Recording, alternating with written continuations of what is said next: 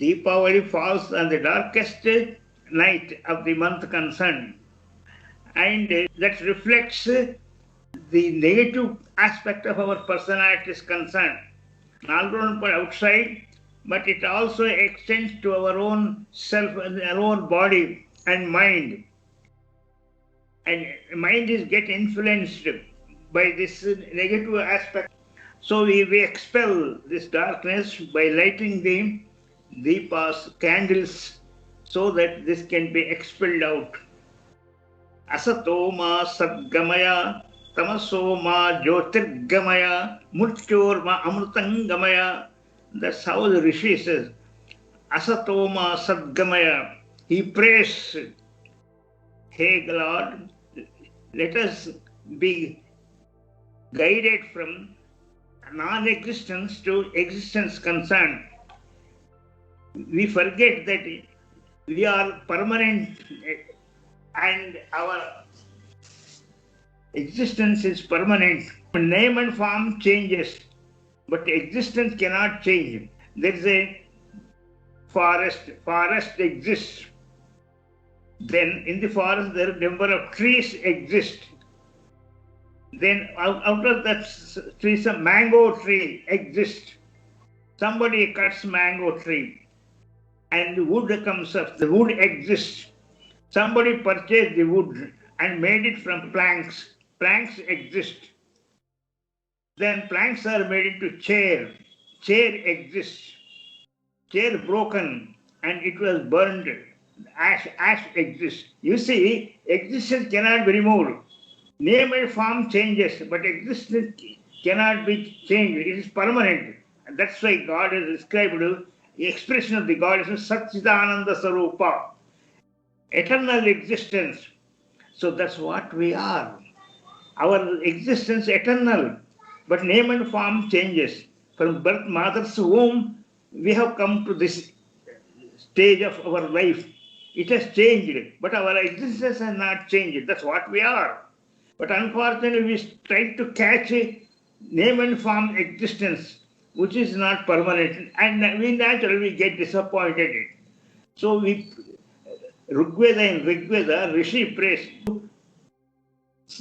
Tamasoma Jyotirgamaya, lead us from darkness to light. There are three factors in our psychic nature. Tamo gunam, rajo gunam, sattva gunam. Tamo gunam is the lowest one. It doesn't have any, what we call, mobility in it. It doesn't have any expression in it. That is tamsa gunam. As the lowest part of our expression, our mind goes from tamasa aspect of it to rajoguna aspect of it. Rajoguna is characterized by activities. Activity is good, but too much activity is also not good. From rajogunam to sattvagunam. So we pray that we be carried from too much activity where we lose our peace of mind and we are in a restless state and we are in a forgetful state of our own true state of consciousness. We are only aware of our physical existence but forgotten our spiritual existence concern. For this Rishi prays the God, lead us from Rajogunam to Sattva-guna. That is, Sattva-guna is characterized by peace, serenity and intelligence, whereas Tamasa is characterized by dullness, non-expression. But Sattva-guna is all expression but pure expression, peace and serenity concern.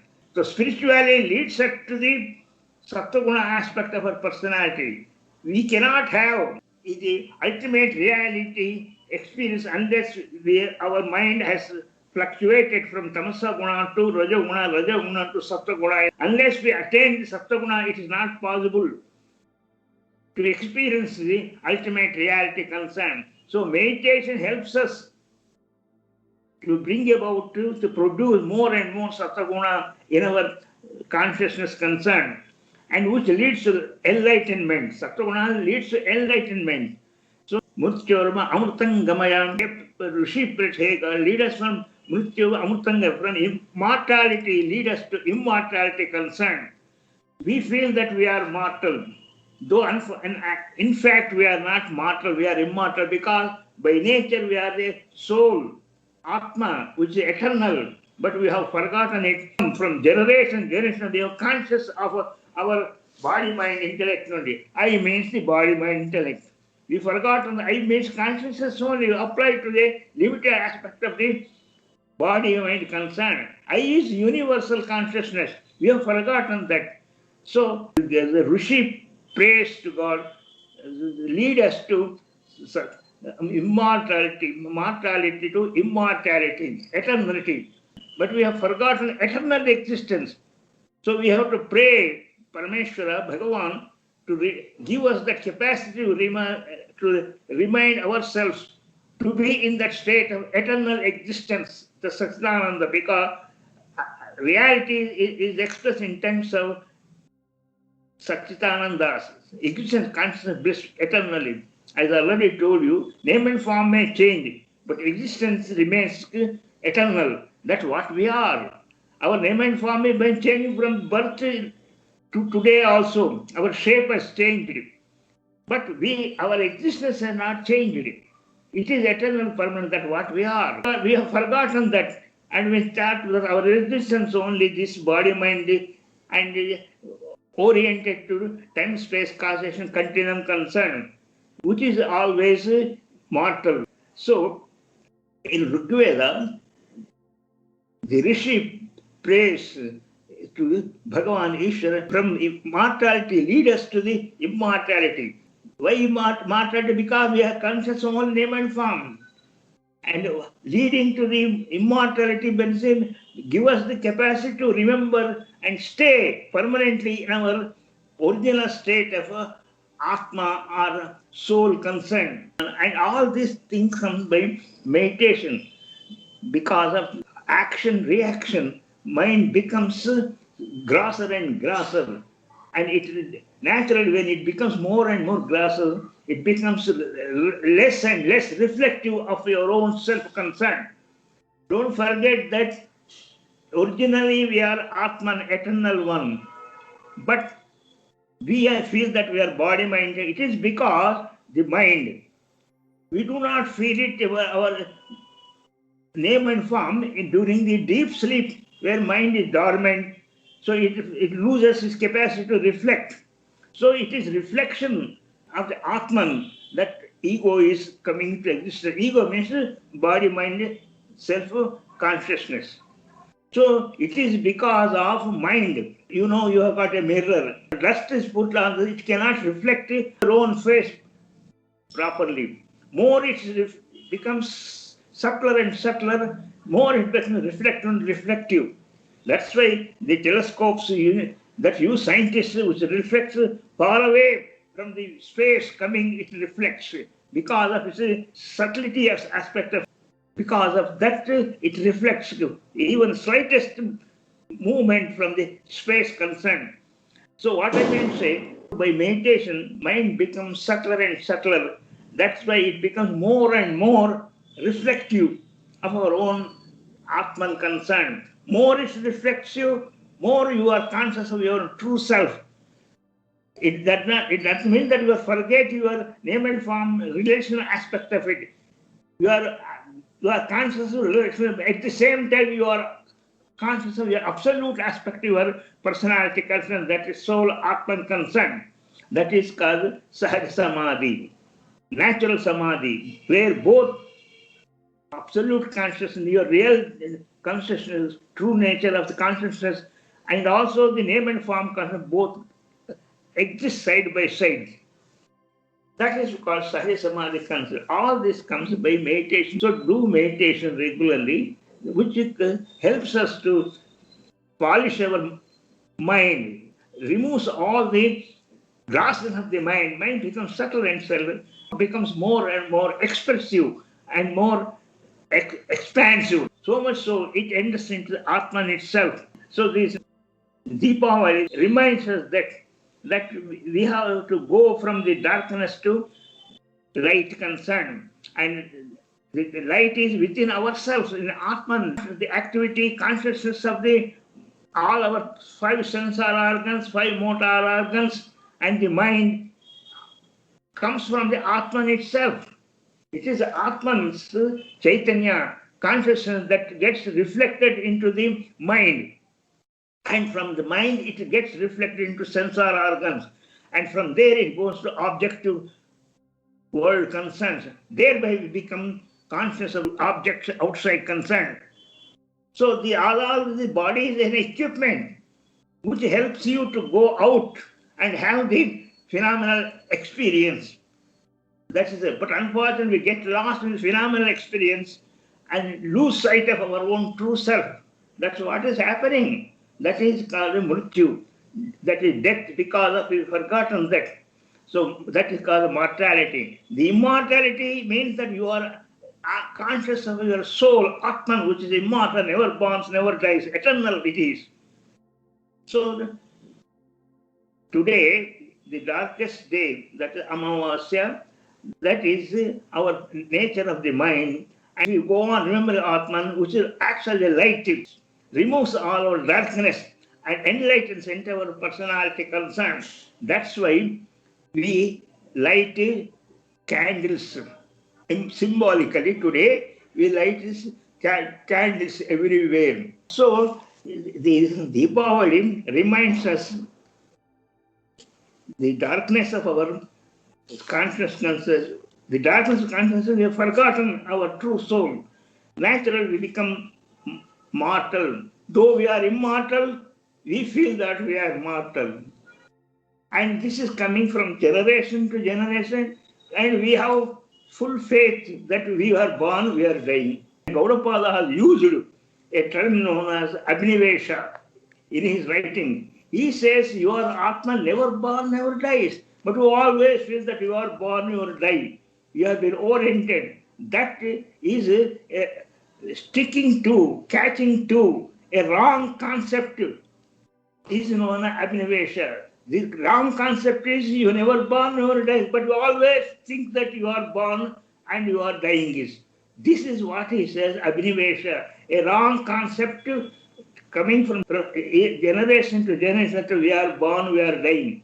Because of body-mind orientation, we forgot our true personality of Atman. Now let us remember that we are the Atman himself, never born, never dies, eternal. This is the significance of today. Our Atman is a light candle, Deepa, which expels darkness of our ignorance. And that what is most perplexing ignorance is forgetting our own true self. Other forgettings are different. The world is object to forget is very light, but forgetting your own true self is the most dangerous one, because it results into death, birth and death again and again. Punarapi janmam punarapi samsare bahudustare kupraya pare pahimara punarjanmam punarapi maranam. Be born, be die. Puranajation, again go into the mother's womb again and again. Yesamsare bahudustare kupraya pare. This is very difficult to get over it. Hey Bhagavan, let us help us to go out of this vicious cycle of be born, be dead. That's what is happening. So Diwali reminds us that the darkness is of forgetting our own true nature and remembering our true self. Atman is lighting, expels all the darkness. That is symbolic aspect of lighting the candles and deepas today. Once we remember our true self, we go beyond this vicious cycle. The Atman soul is everywhere. Where to go, where to come. A realist person can never go, never come. He is there everywhere, eternally. That's what happens to you, to me, and also whoever realizes his nature, Atman. That comes up by meditation, where mind becomes subtle. This negative aspect of our personality gradually removed and becomes subtle and subtle. That means we become conscious of our true self. The subtlest mind is ever eternal in the samadhi. Samadhi means always in the true consciousness of your personality is the samadhi.